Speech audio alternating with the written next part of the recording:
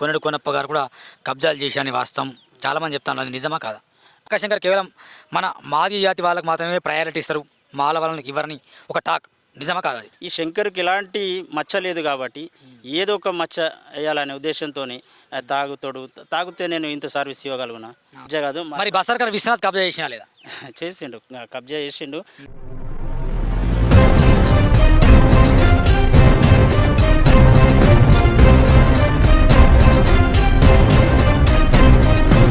నమస్కారం మిత్రులారా, నేను మీ జర్నలిస్ట్ సూరన్న. వాస్తవానికి ఉన్నది ఉన్నట్టు మాట్లాడమే సూరన్న టీవీ నైజం. గతంలో మేము సిరిపూర్ నియోజకవర్గంలో పల్లెపల్లెకు పోలిటిక్స్, పల్లెపల్లెకు సూరన్న అని చెప్పుకుంటూ సిరిపూర్లో జరిగిన అవినీతిని కూడా బయటకు తీశాం. మరి ముఖ్యంగా ఈరోజు కౌటాల సర్పంచ్ నక్క శంకర్ చాలామందికి సుపరిచితమైన వ్యక్తి. నక్క శంకర్ అంటే తెలియని వాళ్ళు ఎవరు లేరు. కేసీఆర్ నోట కూడా గతంలో నక్క శంకర్ అనే పేరు కూడా వినబడ్డది, కావేటి సమ్మయ్య గారు ఉన్నప్పుడు కూడా. మరీ ముఖ్యంగా చెప్పాలంటే ఇప్పుడున్న మాజీ ఎమ్మెల్యే కోనేరు కోనప్ప గారు సైతం కూడా నక్క శంకర్ని అభినందించే వ్యక్తులు. లెట్స్ మాట్లాడే ప్రయత్నం చేద్దాం. అన్న ప్లీజ్ వెల్కమ్ అన్న. నక్క శంకర్ అన్న మన మధ్యలో ఉన్నారు. చాలా తేలేకపోయా ఏం కాదు కానీ అన్న మీ చెప్పడన్న ఎట్లా ఉంది కౌటల పరిస్థితి? మీరు సర్పంచ్ గెలిచిన తర్వాత గెలవక ముందు ఏమైనా డిఫరెన్స్ ఉందా? నేను సర్పంచ్ గెలవక ముందు కౌటాల గ్రామ పంచాయతీలో అనేక అపరిశుభ్రత మరియు మంచినీటి సరఫరాలో అంతరాయాలు, పైప్ లైన్లు పగిలి, నాలీలు డ్రైనేజీలు మొత్తం కూడుకుపోయి ఇవన్నీ ఉండే. నేను గెలవంగానే ఒక నెలలోనే మరి ప్రతి వార్డుని, ప్రతి గల్లీని మరి స్ట్రీట్ లైట్లు, నాలీలు సాపు చేయడము, చెత్త లేకుండా ప్రతి ఏరియాను మొత్తం చెత్త లేని కౌటాలుగా చేయడం జరిగింది ఈ 2 నెలల్లో.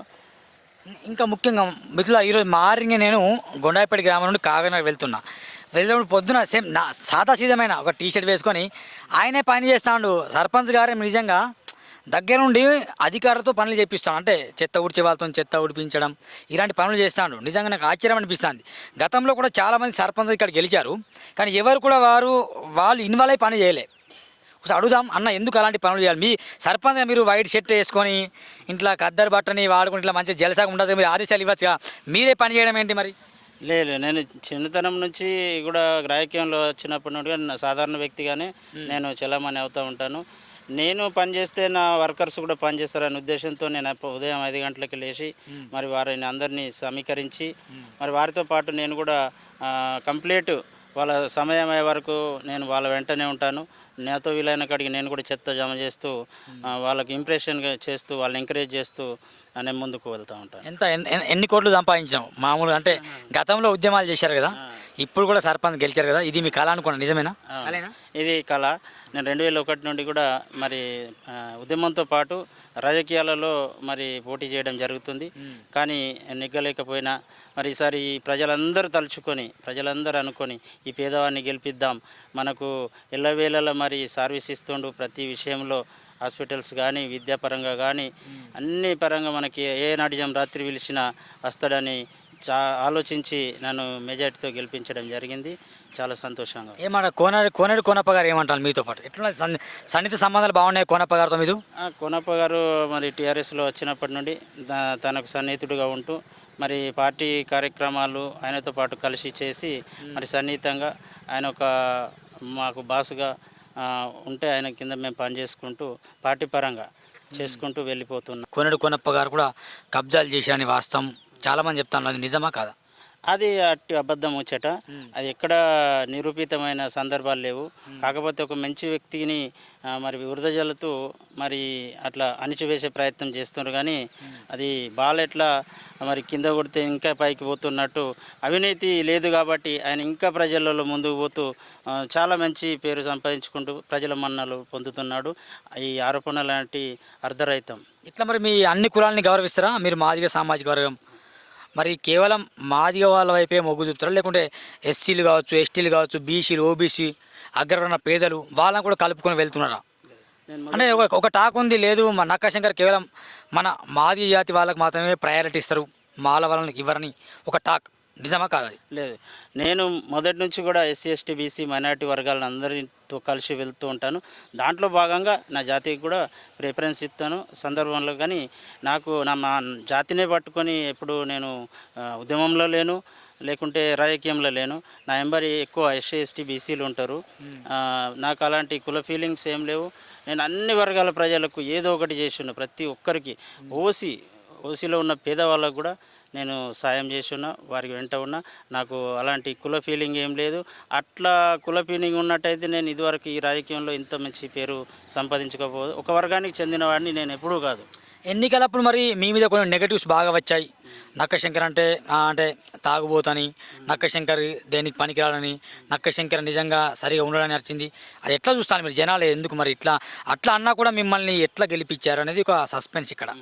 ఎట్లా చూస్తారు ఇక్కడ మీ క్వశ్చన్లోనే ఆన్సర్ ఉన్నది. అలాంటి వ్యక్తినైతే నేను ప్రజలు నన్ను ఎందుకు ఇన్నిసార్లు నన్ను సపోర్ట్ చేస్తారు, నన్ను ఎంకరేజ్ చేస్తారు. ఈ శంకర్కి ఎలాంటి మచ్చ లేదు కాబట్టి ఏదో ఒక మచ్చ వేయాలనే ఉద్దేశంతో తాగితే నేను ఇంత సర్వీస్ ఇవ్వగలుగునా? అది వ్యక్తిగతమైన ముచ్చట. కానీ నేను నన్ను చూసిన వాళ్ళే నేను ఇక్కడ తాగింది. ఇప్పుడు మా కేసీఆర్ మీద ఎట్లా ఆరోపణలు అట్లా ఇక ఇక్కడ ఎలాంటి మచ్చలే నాకు మాకు అన్నీ ఏదో ఒకటి మాకు మచ్చలు ఉన్నాయి కాబట్టి మనం ఈయన తట్టుకోలేము. ఏదో ఒక ఆరోపణ చేస్తే ఆ రకంగా అవునా అనే జనాలు అనుకుంటారు. కానీ ప్రజలకు తెలుసు నేను ఏందనేది. ప్రజలకు ప్రతి ఇంటికి, ప్రతి గడపకు, ప్రతి కులంలో నేను తాగుబోతున్నా, మరి మంచోడినా, నేను సోషల్ సర్వీసర్నా, ఎలాంటి నడిజాం రాత్రి ఏ పని పడ్డా పోయితా కాబట్టి అన్ని వేళలు అందుబాటులో ఉంటాయి కాబట్టి నన్ను తట్టుకోలేక మిగతా ప్రతిపక్షాల వాళ్ళు చేస్తున్న ఈ దుష్ప్రచారం. మరి ఒక ఫైనల్ క్వశ్చన్ అన్న, మీకు కూడా గుట్ట వెనకాలనో గుట్ట కిందనో పక్కన చుట్టుపక్కల సుమారు 3.5 ఎకరాల స్థలం మీరు కూడా కబ్జా చేశారట. అది నిజమా కాదా? ఒకటి ఎందుకంటే అంటాను సురాన్న ఈ ప్రశ్న మీరు నక్కసింగని అడగండి అంటారు. అది కబ్జా లేదు, కబ్జా కాదు. మరి బసర్కర్ విశ్వనాథ్ కబ్జా చేసినా లేదా? చేసిండు, కబ్జా చేసిండు. కాకపోతే నాది పట్టా అని అంటుండు. అది లోతుగా కబ్జా లేదు. మా తండ్రి చెట్లు కుట్టలు కొట్టి చేసిన చిలక పరంపోగు భూమి. అది 3 ఎకరాలన్నర ఉంది. లవణి పట్ట ఉంది దానికి. మా తాత తండ్రి కొట్టిన భూమి అది. లేదు. మీరు కౌటాల గ్రామ ప్రజలను ఎవరినైనా అడగచ్చు, ఇది శంకర్ వాళ్ళదా లేకుంటే కబ్జా చేసిందా అన్నది. ఇక్కడ ఒక సెంటు భూమి కూడా కబ్జాలను అడ్డుకున్నా నేను. దాదాపు నాకు తోచినంత వరకు, తెలిసినంత వరకు అడ్డుకున్నా. అవినీతి పరులు కబ్జా చేసే వాళ్ళది అడ్డుకోవడం జరిగింది కౌటాలలో. కానీ నేను సెంటు భూమి అనేది కబ్జా చేయలేదు ఇక్కడ కూడా, అసలు కబ్జా ఎక్కడ కూడా కాదు. మరి ఇంకో చివరి ప్రశ్న ఏంటంటే, మన మీకు సన్నిహితుడు, మీకు దగ్గరున్న వ్యక్తి కుమరం మాంతయ్య, ఆయన ఈరోజు కాంగ్రెస్ పార్టీలో వెళ్ళడం ఎట్లా చూస్తారు మీరు? ఏమైనా ఓటు బ్యాంక్ చీలే అవకాశం ఉందా బీఆర్ఎస్ పార్టీ సంబంధించిన కౌటల? రానున్న రోజుల్లో ఎంపీటీసీ ఎలక్షన్స్ ఉన్నాయి, జెడ్పీటీసీ ఎలక్షన్స్ ఉన్నాయి, ఇంకా 2 సంవత్సరాలు అయితే ఎమ్మెల్యే ఎలక్షన్స్ ఉంటాయి, అసెంబ్లీ ఎలక్షన్స్. ఈ కుమరం మాంతయ్య వెళ్ళడం ద్వారా ఏమన్నా పార్టీకి బ్యాడ్ నేమ్ కావచ్చు, పార్టీకి ఓట్లు నష్టం కావచ్చు ఉందా? ఇట్లా పార్టీకి కుమరం మాంతయ్య గారు అనే వ్యక్తి వేరే పార్టీలో పోవడం వలన మా బీఆర్ఎస్ పార్టీకి అయితే ఎలాంటి 5 పైసల నష్టం కూడా జరగదు. ఆయన వ్యక్తిగతం రావడం అనేది ఆయన వ్యక్తిగత విషయం. కాకపోతే మా పార్టీకి మాకు ఎలాంటి నష్టం లేదు, అసలు లేదు. ఓట్లు చీలవు. అది ఏం పరగకూడదు ఆయనతోనేది నేను చెప్తున్నా కదా. పార్టీ పరంగా ఏం పరగకూడదు. ఆయన ఏంటిదో ప్రజలకు తెలుసు, నేను చెప్పే అవసరం లేదు, ప్రజలు చూసుకుంటారు. కానీ ఓకే, కౌటల ప్రజలు ఏం కోరుకుంటారన్న మీ నుండి సర్పంచ్గా గెలిచిన తర్వాత మీరు కౌటలకు ఏదన్నా చేసే ఒక మంచి పని చెప్పండి. కౌటలకు ఇది చేయాలి, నేను గెలిచాను, ఇది చేస్తానంటే ఏముంది, అసలు ఏం చేయబోతాను మీరు? ముఖ్యంగా ఈ 5 సంవత్సరాల్లో చేసే ఒక 2-3 పనులు చెప్పండి.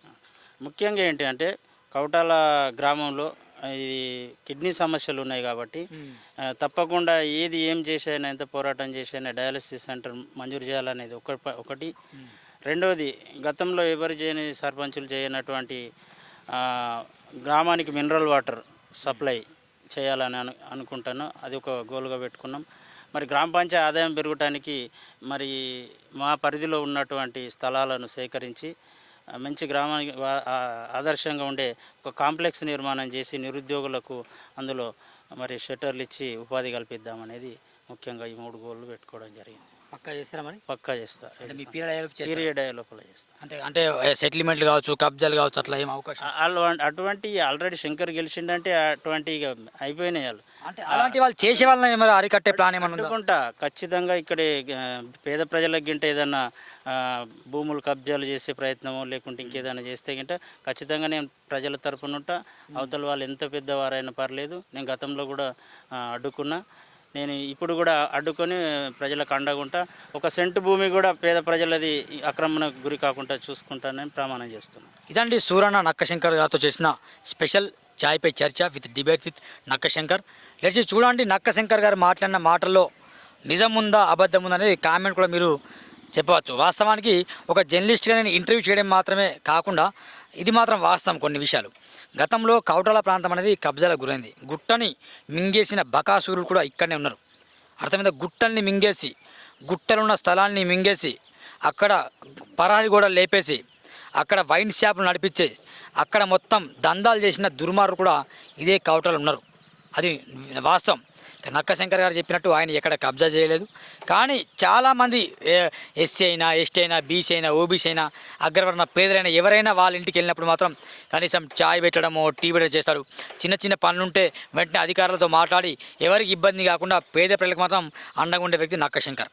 కాబట్టి మనం చూద్దాం నక్కశంకర్ గారు ఏమైతే అభివృద్ధి చేస్తారో ఖచ్చితంగా ఆ అభివృద్ధిలో భాగంగా సూరన్న టీవీ ద్వారా ఏమైతే అవసరాలు ఉంటాయో గ్రామంలో మన మండల కేంద్రాలు కావచ్చు, గ్రామాలు కావచ్చు, పిల్లలకు కావచ్చు, విద్యార్థులు కావచ్చు, ఖచ్చితంగా మా టీవీకి తీసుకురండి.